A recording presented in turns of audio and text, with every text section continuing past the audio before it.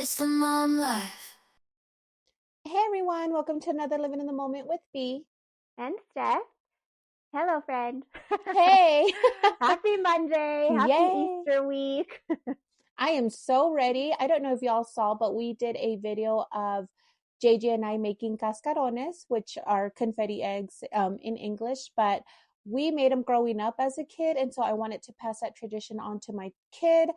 No one else in the family wanted to join in making them. And I'm thinking maybe because it's a lot of work, but Yeah. but he enjoyed himself and he cracked a few in his hands. So we had fun. Are you guys looking forward to this Sunday? Yes, we bought some. We bought, Sola loves those confetti eggs too. So we just bought them from Walmart, and I think Maddie will have fun with them. And you know what? She loves like picking stuff up, moving them around. Like she's very precise with her little movements. And so I think she's going to enjoy just picking up the eggs and putting them in her basket. So I'm actually really Oh. excited to, yeah, for Sunday to see her And do it'll her thing. yeah, because she's mobile. So last Yeah. Easter, she was a baby. She's still a baby now, but now she's mobile, and to see her and I remember JJ's. They're only a year apart, so JJ even Yeah. last year was just so cute, and yeah, we're super excited for this year. So yay, all good things coming this week, y'all, and Good Friday is on its way, and Yeah. so good things, good things, good things. Yeah. Well, today B and I send each other messages all the time just on articles that we see, things that come up on our social media, ideas to talk about. And we both sent each other this one like unknowingly. And so we were like, we have to talk about it. It's a good topic. And so today we are talking about spanking and just our opinions on it and some studies that have come out around spanking and parents' thoughts on it. Yes, and so the article, the one that came up in our feed, and again we send it to each other simultaneously, but it was a Harvard study done, and it was showing that children that get spanked once a week, and this is light spanking, no bruises. This is not, um, light spanking again. They did an MRI on those kids, and they followed them until they were adults, and the MRI showed that those children still had 30% less gray matter in their brain, which is the same type of reaction and long term effect that children who are extremely, suffer extreme physical abuse or sexual abuse while they're being raised. So we like that was a little shocking to see that because they're still having the same kind of detrimental um, fallout as these children. And again, these are light spankings once a week, and this is, I don't know if you grew up with spanking. I did grow up with spanking, and so I was a little shocked to see that. Yeah, me too. I did too. Just my mom. It was only ever my mom that spanked us, never my dad or like grandparents or anyone else. And it was always just like either a little whack on the hand or a whack on the booty. But when I saw that too, it also said that about 50% of parents still spank. It's like pretty much right down the middle in the United States, right? It was just in the United States. So I thought that was really interesting. But honestly, I don't remember even being spanked. I think the only reason that I know that is because she's told us. But it was never like anything I feel like stuck with me. It wasn't like any sort of core traumatic memory or anything. And I feel like it was only when we were really little, like what, maybe toddler, like two to four, That's and more so for like this is an immediate danger, like don't do that, type of thing. right, and that's what I was gonna say. It's probably if you don't even remember. I feel like we have recollections, and again, I'm a reader, y'all. I read a lot, and I read another study that you have a lot of your core memories start like at 4 or 5, but anything, younger than that, you don't really recall. So if you're not recalling these memories, like you said, it's probably because it happened to you when you were a toddler. But this Yeah. study was just children age, right? So all the way to 12 years old. Yeah. And so getting spanked at 9 or 10. And, reading on, it did say that it is like a natural or cultural reaction because we grew up doing it, right? A lot of the things we grew up experiencing or seeing, we pass down. And that's where a lot of like the trauma bonds we try to break now as a new society. But it was saying that really the spanking is coming from the adult inability to correct their own frustrations. And so it really When like it. done for discipline, I can see that. Because I can't even honestly think of an example where, and granted, guys, like our kids are little, right? So maybe we're not at that stage yet. I don't know, but I can't even think of an example that would warrant like hitting out of discipline.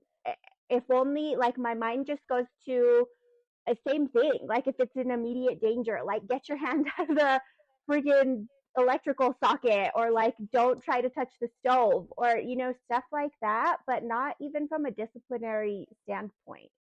Well, yeah, and a lot of these, like we were looking at feedbacks, and we weren't just looking at this specific Harvard study. We were looking at a lot of different things. But I was hearing a psychologist, several psychologists, and they were saying it is wrong in their opinion because you are correcting a behavior using pain, right? Mm-hmm. We're taking advantage that we are bigger than these children, that we're stronger, so we know that we are going to we're going to be superior over them, and so we spank them because we're trying to correct something using pain or fear, and that is not the way to teach a child. Instead, what it does is it increases like their cognitive ability as they get older. It brings on aggression as they get older, and it affects their mental health in a long term. And again, we know all of this with like aggressive beatings and abuse, but they're saying even a light spank once a week is detrimental in the long term. And so, I mean, I will say I was spanked a lot as a kid. I feel like I was a good kid, and I'm not trying to throw my mom under the bus. She is a woman of her time, and that's kind of what they did. So I can also see what they mean in this. I had a lot of anxiety of just being like this perfect good girl and getting straight A's, and it was a lot for me. And so I feel, again, I wasn't abused. I don't want to say that I was abused, but I do come from a spanking, like you said, cultural background where it wasn't just my mom. Everyone that I knew was spanked if they didn't listen Mm-hmm. immediately. And so I obviously want to break that. And I was looking at like different trends and how we can break that. But yeah, I feel like I could see where they're saying you're trying to correct a behavior using pain, and it's really just your own inability to correct your frustration and to control your frustration, I should say. Yeah, I feel like part of the reason that we can have maybe this perspective is because we are like quote unquote older parents that just Yeah. have like a lot more control over our emotions. And that's just due to like I feel like age and life experience a little bit. And the reason I say that too is because my youngest brother was born when I was 15. And so I remember specifically, like, he would always love to he had this huge toy box full of toys. And every time he would come into the room and they were put away, or he, woke up from a nap or whatever, he would just come and throw this toy box down and all the toys go everywhere.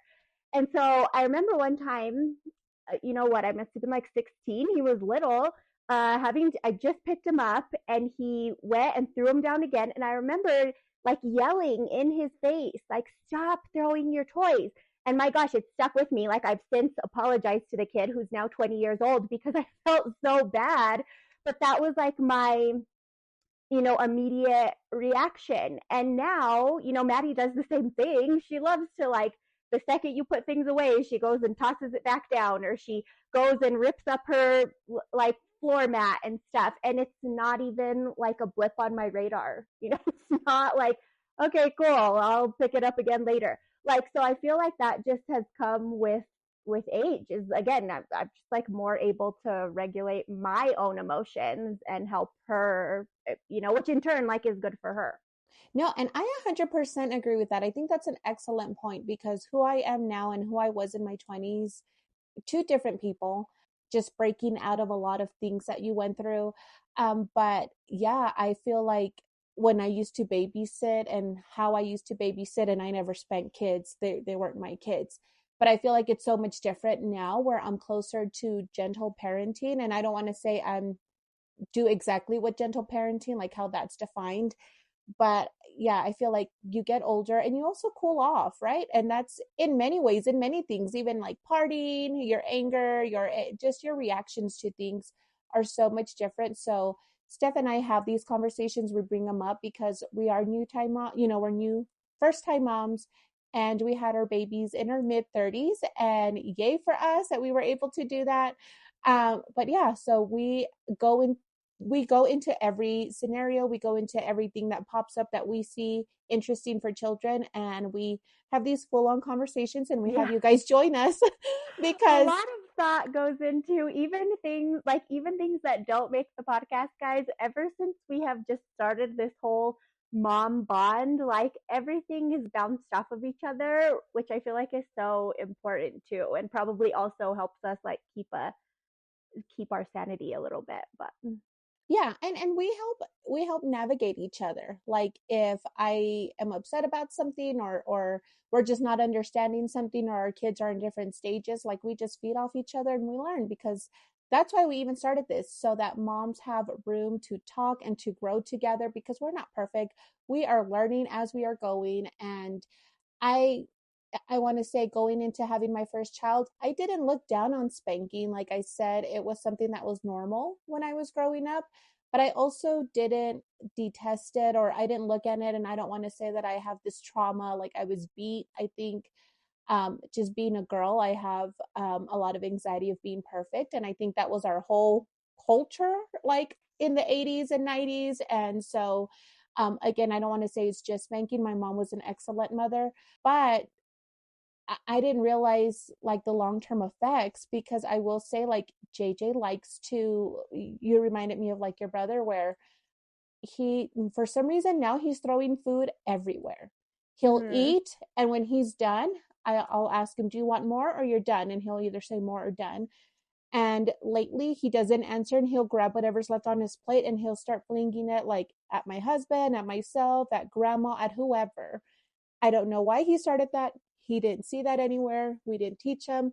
But when I spoke to his pediatrician, they're like, he is in his what is it called? He is in his testing stage, Boundaries, yeah, where testing boundaries. yeah, he's just going to test every single thing. He's so Mm-hmm. curious. And this is the time where a lot of kids get spanked because they're trying to be corrected. And so my immediate response was like, no, don't throw food. And I wanted to spank his like little hand. And I saw this article. So I'm like, I'm not going to spank him. So I really just, it's about rewiring myself. And instead, I'm like, no, JJ, that's not nice. And I'll just move the plate away from him. Yeah. Easy, And Mm-hmm. so he's gone back to done, or, more, or whatever the case is, but he's no longer throwing it. But because I move it away from him. And so I Yeah. have to be proactive. And I think even just reading this, it's showed me that I really need to just get involved when there's an issue. Yeah. I think so too. I just think it's important to like, you can talk about this from any disciplinary stance. Like, if you look at timeout, like these these kids are babies. They don't know, okay, I'm in trouble because I did this. And I'm talking babies like probably up until the age of, I don't know, 6. I think 7 is the age of reason where they can kind of start having an idea of this is right, this is wrong, and like have a little thought process. But even then, it's just developing at that 7-year-old mark. But anyway, so like even for timeout, they don't have the cognitive ability to say, I'm in trouble, I have to stand here. I think that that would probably end up being like also what would end up maybe being a trauma response, like I can't have these emotions and I have to get away, like no one wants me around type of thing. So they put me in a corner. Like that's kind of where my mind goes with it. And again, like I'm not into the hippy dippy stuff, guys. Like we're not judging anyone for like what you do or anything. That's just kind of what I think about it. And so even that, I feel like it's just better to, maybe remove them from the situation if they are having a tantrum or whatever the case is. But with you go with them, and then, as long as you're staying calm, they can like feed off of your calmness, and you're just getting them away from whatever the issue is. But they're not even old enough to understand what you're trying to, I guess, instill at that point, like with timeouts or with spanking when used as like disciplinary measures like that. Yeah, I was reading even on timeouts. I'm glad you brought that up, but it was saying there are long-term effects on that as well because you are just dismissing their feelings instead of kind of walking them through what's going on or trying to work with them through what's going on, and they're learning to just shut down. And so, like you said, it is traumatizing in that sense as well. Because a child, I mean, crying is a form of communication. These children can't speak, and again, we're talking about toddlers here. They can't speak, so crying is a form of communication for them. And usually, when they're crying, it's because they're either hungry, they're tired, or they just want attention. And so there's always a root cause that you should get down to. I was even seeing though, like as far as crying, they, like you said, they feed off of our energy. So if they start to cry for no reason, and again, when they become 2 and 2 to 5, they're really in their testing era. But if they start crying for no reason and they're safe, they're not hurt, they're not hungry, their pamper's clean, they're okay, they're just throwing their tantrum, then let them. And it doesn't mean walk away and ignore them because then they're going to cry louder. You can sit by them, but don't feed into that energy because they are going to go off of yours and they're going to realize, okay, well, I'm crying for nothing. Why am I crying? And that crying will start to decrease. And that's something that I do even before I read these studies, just automatically because I don't want to spank JJ. I know a lot of people say gentle parenting doesn't also work. And it, by that, I mean, there are parents that I've seen where their kid is throwing a tantrum. I know a child in particular what I've seen, and that child was spitting at their mom's face. And the mom kept putting, the child's hands down and saying, "It's okay. You're okay. You're doing a good job." And the baby kept spitting, spitting, spitting, and I'm like, "Yeah, I'm not doing that. That's Yeah. that's too gentle for me." And Yeah. and I also don't want to react and spank, but in my case, if JJ's throwing a tantrum, I will not completely dismiss him, but at the same time, I'm not going to feed into that energy. And so I'll get a book. We're big readers in my house, and I will get a book and I will start to read. I'll be next to him so that he knows I'm still here. I'm not dismissing him completely. And when he's done, which it fizzles down fairly quickly now that I do this, he'll just come and read with me. And he'll just put his Mm-hmm. head on my shoulders and we're okay. We're past it. Not a big deal. We don't have to talk about it. We don't have to feed into it. Nothing happened. He was just trying to regulate his own feelings. I mean, I tell my husband all the time, he's only 2. He's only Yeah. been in this world 2 years. Give him a little break. We as adults can't even regulate our feelings. We throw tantrums as adults. We, barge out of the house when we're upset. We stop talking to whoever when we're upset. Those are tantrums. Yeah. And Mm-hmm. so, even in your 20s, in your 30s, in your 40s, while you're alive, you're still throwing tantrums. And so, give these toddlers a little break for crying out loud. I agree. I think that's a good point. These are new emotions for them. They obviously don't know how to process any emotion, really, but especially the negative ones where they're overwhelmed or they're overstimulated or they're mad or sad or, whatever, that's going to manifest into a tantrum. But you make a really good point with the kid that was spitting on the mom. Like, I have no idea how I would address that. And again, I said in the beginning, like, Maddie's still little. We haven't even really had to deal with tantrums, like, at all. So I have no idea how I would go about handling that situation. Well, and that parent was telling this child, I'm trying not to give them a gender because I don't want Yeah. to call anyone out and people that I know hear this, but that parent was telling this child, like, "Oh, you're still a good boy. You're still a good girl. You're still, you're doing a good job. It's okay." And I also read that that is not um, the best way to handle situations.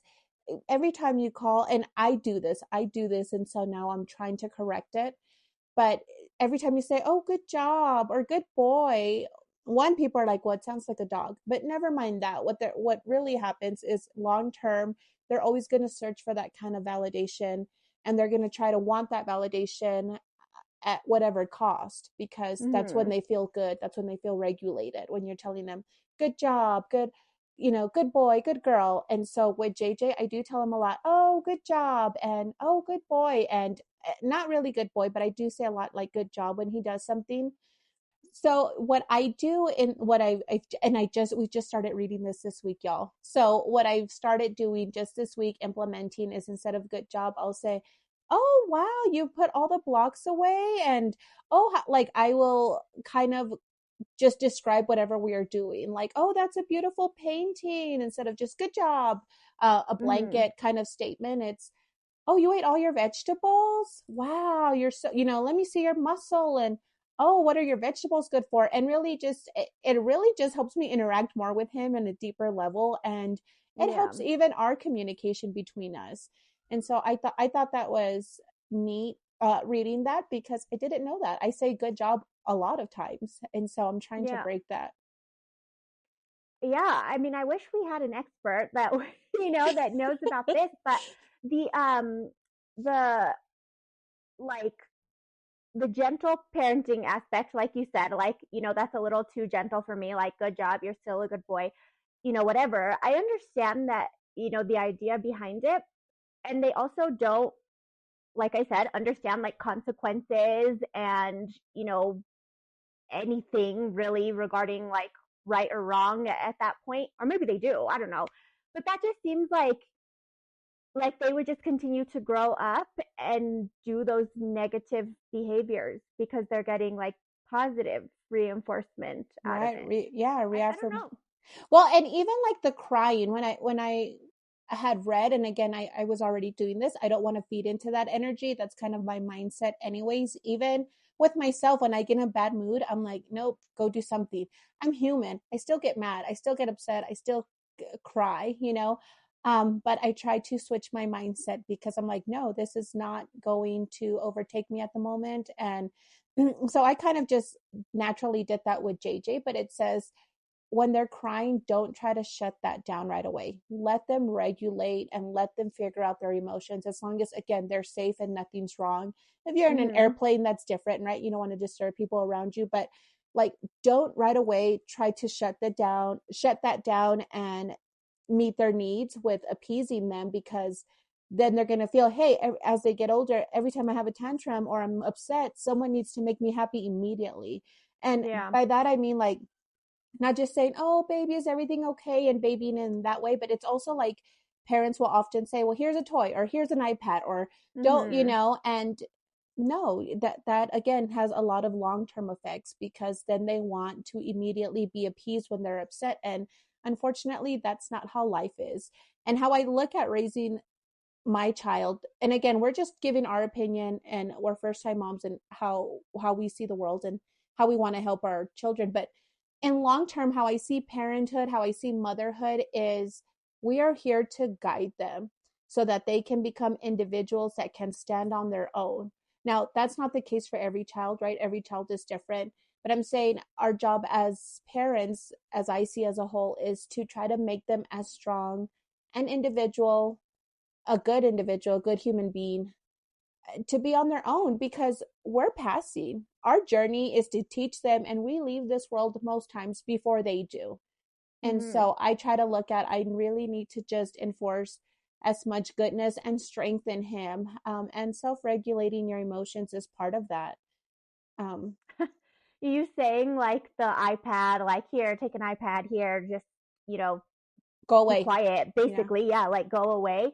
That makes me feel like that would have more long-term negative effects than a little whack on the butt, a whack on the hand, honestly. Like, I feel like that can really be detrimental to Well, completely just dismiss them like that.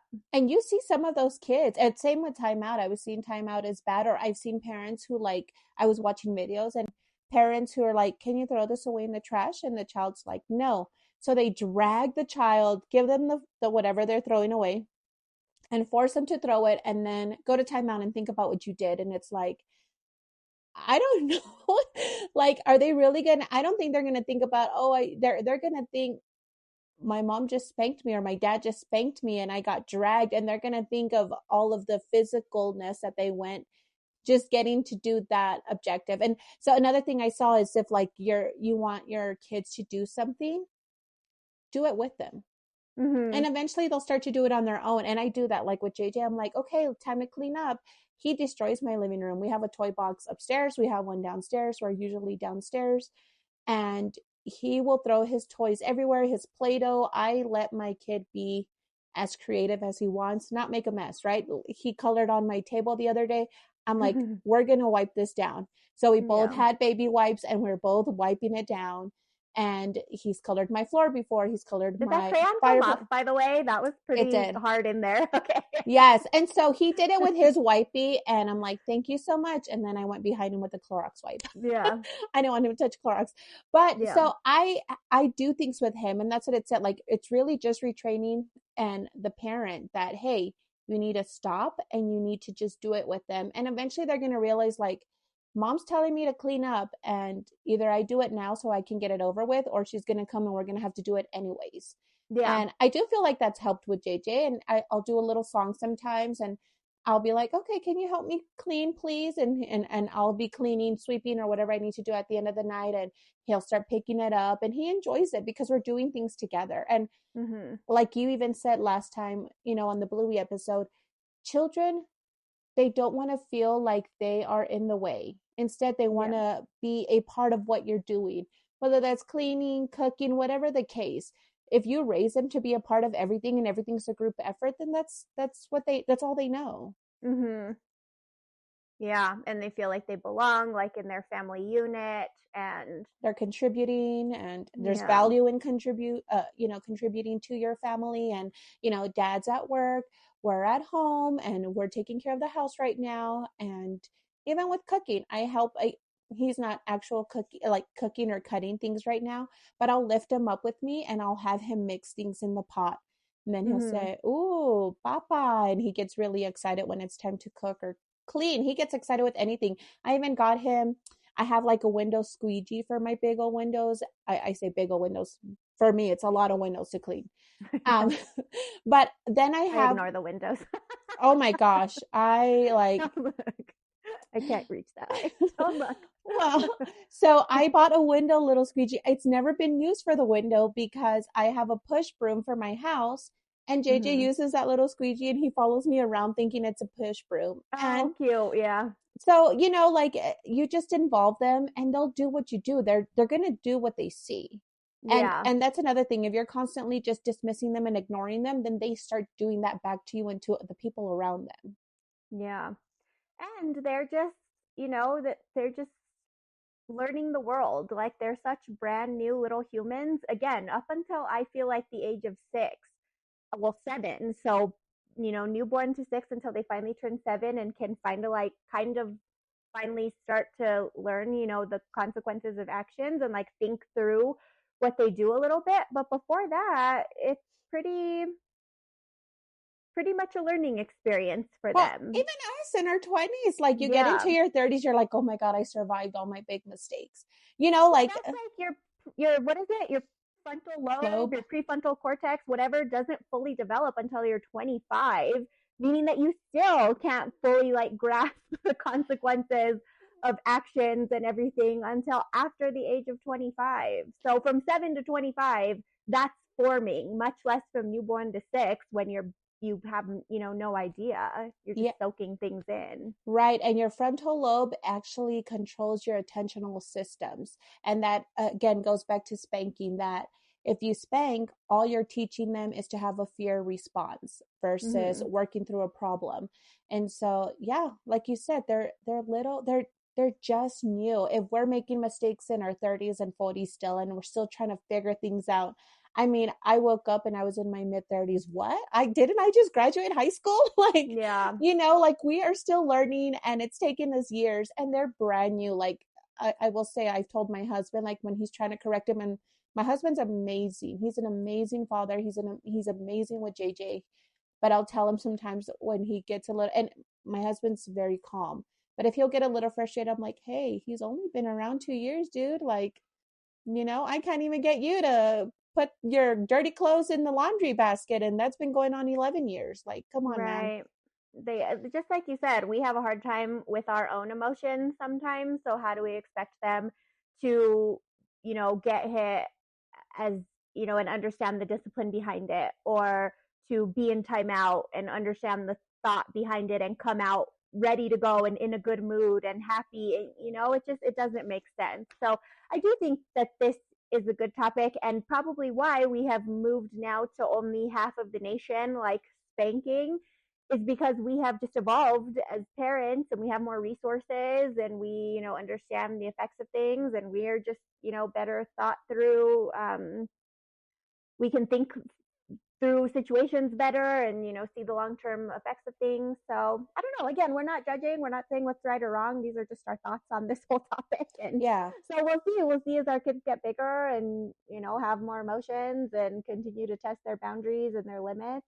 I don't know. Yeah, because parenthood, motherhood is evolving. And so this was, again, just an article we ran across and stuff. And I started getting to the conversation and we're like, wait, let's just record it because we're new parents and we're learning and we're older and we're not here to judge. I even see people, I saw a video that it was a father who does a mixture of gentle parenting and spanking. And so he said he's very proud that when he goes somewhere, he is looked at as the dad with the good kids, and his kids are always in line. And he said he has clear expectations of what he, tells his kids in terms of any situation.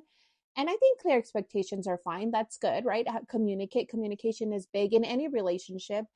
Mm-hmm. And but he says if they break that, then he says, okay, now I'm going to spank you because you broke it. He spanks, he went on in this example that he was giving, he went on to spank his 6-year-old daughter. And she said, okay, dad. And she prepared, he's like for the hit. He spanked her. She cried.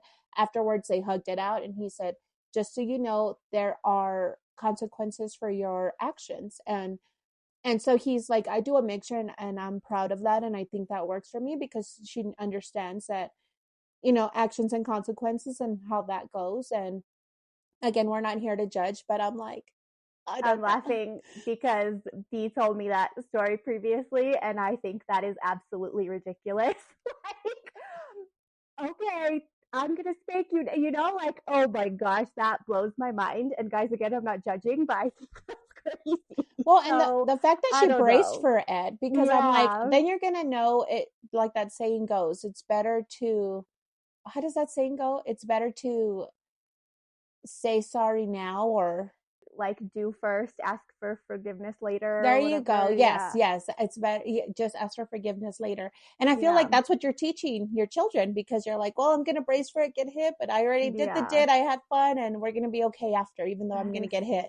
so weird to me. But again, I guess to each their own. Everyone has their own parenting styles, and And we can, experiences, yeah, we can only hope that our kids all grow up to be like productive, happy, decent people. contributing, decent members of society.